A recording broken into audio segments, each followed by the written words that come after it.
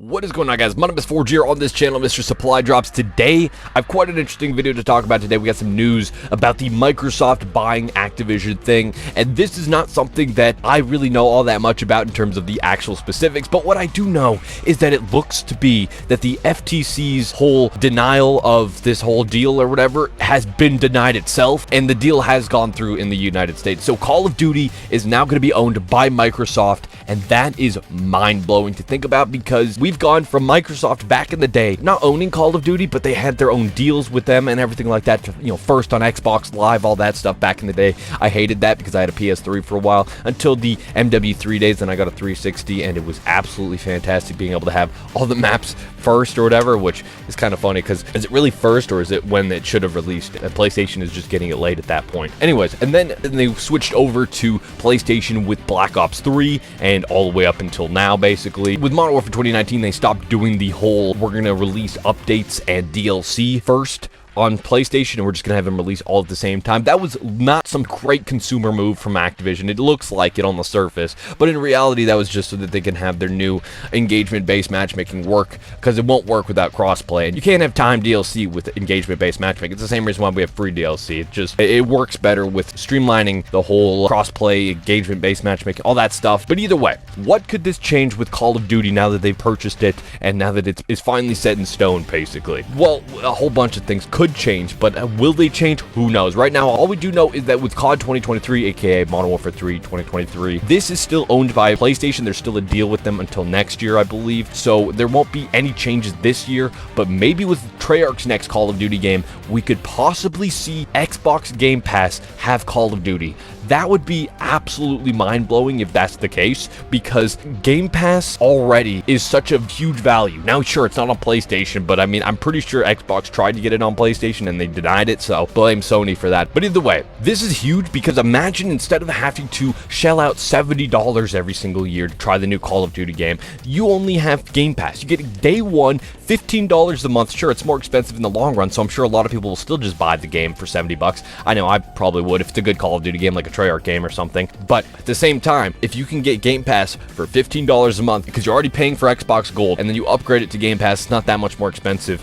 That's pretty huge for Xbox players right there. Call of Duty day one, don't have to pay for it. I think that would skyrocket the amount of people who play Call of Duty. And sure, it wouldn't make as much money as the $70 price tag, but there's a lot of people who wouldn't pay for that $70 price tag, and now you're getting those people into Call of Duty as well. And then there's the microtransaction on top of that. So honestly, I wouldn't even mind the microtransactions if the game wasn't 70 bucks for me, I mean, you're still paying for it, I guess, with Game Pass, so that's how it is, but I don't know. I think it's pretty huge. Now, the next thing is, of course, I do not think that we will ever see any sort of exclusivity, especially not with PlayStation. That's gone out the window. I remember back in Modern Warfare 2019, sure, they didn't have time DLC anymore, but they had to compensate for that, and they had survival mode locked behind a time gate for a whole year. So me playing on PC, I couldn't get access to survival mode for a whole year. Now, based off of when I did play it a year later, when it did finally get added, I didn't really care for it because it was pretty garbage and nothing like Modern Warfare 3 survival mode whatsoever. But maybe, here's the thing, maybe it could have been good if they added support for it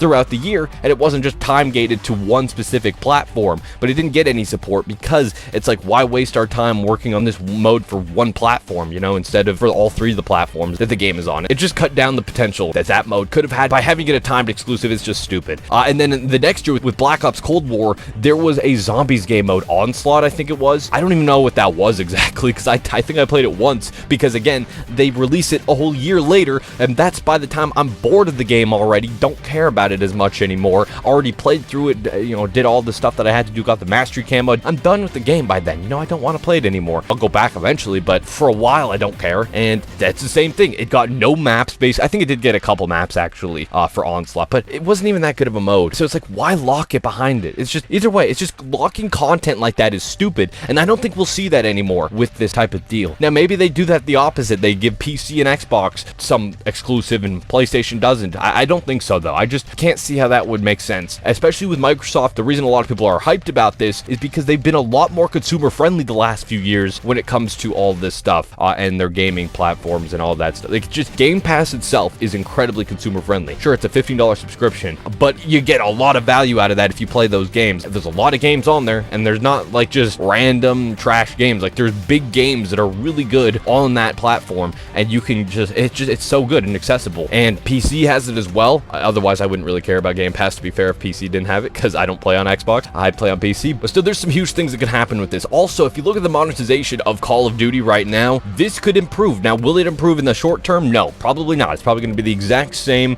garbage shop bundles and all that. And will the shop bundles even go away? No, of course not. They're not buying Activision Blizzard so that they can make less money. Like, no, it's obviously the total opposite. But at the same time, look at Halo Infinite. That is owned by Microsoft. You can have your opinion about the game itself. I don't care. I mean, I had fun with it, but the point is the monetization in that game is incredibly fair. The reason I say that is because it has the best battle pass system out of every single video game. Okay, maybe not out of every single game, but every single game that I've played. I've heard some good things about, I can't remember the name of it, but I'll put it on the screen. I'm sure I'll figure it out when I'm editing this video, but it's just a great monetization system because you could just go back and play any battle pass. So you could start 4 years down the road, 4 years later, they're on season 15 by then, I don't know, right? And you could go back to season 1 and play that, grind through that battle pass. You didn't miss out on anything. There's no trash FOMO or anything like that. No, you buy the battle pass, you get access to it, and you never run out of that. So especially if you do buy a battle pass, you don't have to worry about, oh, am I going to finish this? Am I going to finish this? Or am I going to waste my money on this? Which is crazy thing, because yeah, that's actually true. Because when you buy a battle pass, you're just buying the chance to grind through it. You're not really buying the actual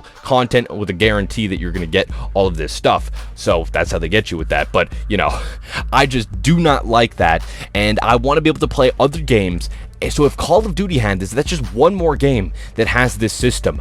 Maybe other games as well follow suit with this. I don't know. Maybe. It would be nice to see. I think that a game like Fortnite would benefit heavily from this because that has a ton of seasons that they went through, and you can't get access to any of that content if you didn't play. And I just think that that is just such a outdated way of looking at battle passes, in my opinion. As soon as Halo Infinite dropped and they had it like that, I was like, damn, man. That's how every game needs to be. And I hope one day we get to that point. I just don't think that's the case for most games because, of course, it's pretty against the publisher and the developer because they want to monopolize your time. So you have to play these games and grind through them and feel like you're missing out if you don't grind them and get those skins and everything, get tier 100 or whatever.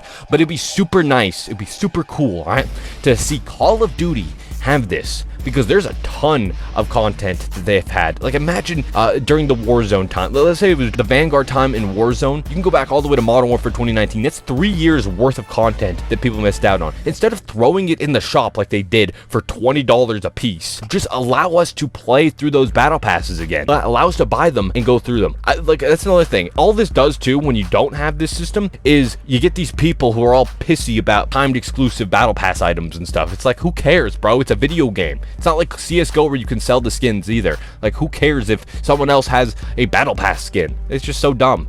I see that heavily in the Fortnite community. But either way, it's pretty huge that this is happening, and honestly, I'm looking forward to seeing the future of it. They also said that they're going to make a Nintendo Switch version of Call of Duty. I have absolutely no idea how that's going to work because these games are incredibly, like Call of Duty nowadays is incredibly demanding for just no reason, PC wise. I mean, I don't know. I don't even know how they get them running on the PS4 just fine. So how is a Switch going to run it? I think that they're just going to port Warzone Mobile or Call of Duty Mobile over to that, and that's how they're going to add Call of Duty to that console. I've been wanting to see Call of Duty Mobile on the Switch for a long time. That's the only time I'd play it because it actually has controls, and I'm not playing with a touchscreen, and I don't have any other way to like prop up a controller on my phone. I'm not going to buy this whole, thing specifically for that just to play Call of Duty Mobile. Anyways, though, this is pretty interesting to see. What do you guys think about this? Let me know your thoughts in the comment section down below. I would love to hear what you guys have to say. And if you guys enjoyed this video, a like would be greatly appreciated. If you're new here and you like videos like this, make sure to hit that subscribe button down below. And yeah, thank you guys so much for watching. Have a great day.